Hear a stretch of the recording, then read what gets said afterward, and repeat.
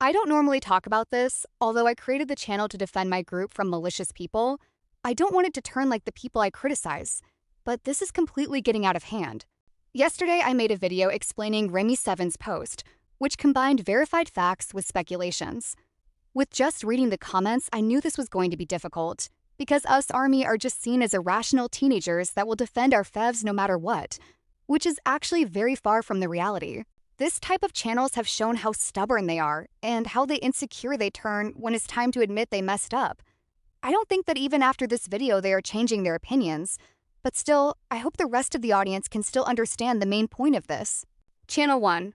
Not Milkberry. This channel has built an audience by sharing videos about how controversial BTS and Blackpink are, presenting it as if it was an unknown fact, as if they never got hate for it, and clearly ignoring the fact that their own faves have been accused of similar actions. Channel 2. TK-Pop Fusion. This channel enjoys flexing how moral superior she is for unstinting certain groups, but she still uses them for clout in her infamous polls, where she usually throws a tantrum over people who simply disagree with her opinion.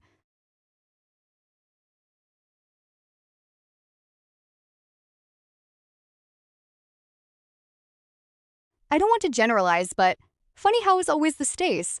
I wonder why Run It fall from the billboard as soon as it entered. And finally, Remy7. She's basically the queen of not getting the point. Nobody denies that BTS made mistakes. My point was never dismissing those controversies because even if some of them were small and not enough to be considered a controversy, there were people whose feelings got hurt, and we are not denying that. The problem is using a real fact and create a story to fit in your narrative. I think this comment is a good example. The fact that ENHYPEN members talked about their bandmates' weight is true, but the interpretation the person is making is completely wrong. It could be true because we don't know personally our idols, but the isolated fact ain't enough to make that claim. In conclusion, this is how not to preach about morals.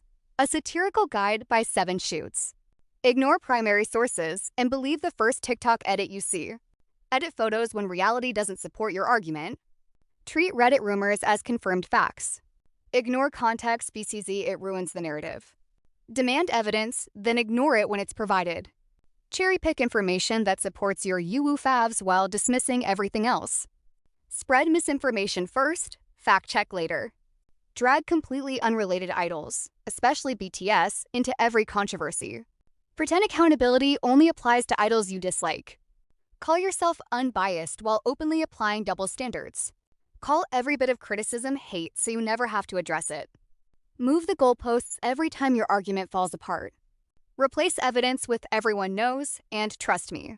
Resort to insults the moment facts stop working. Disappear when asked for credible sources. Never admit you're wrong, even when the evidence is right in front of you. Because funny that creators that take this topic seriously actually talk about all K-pop, not just BTS.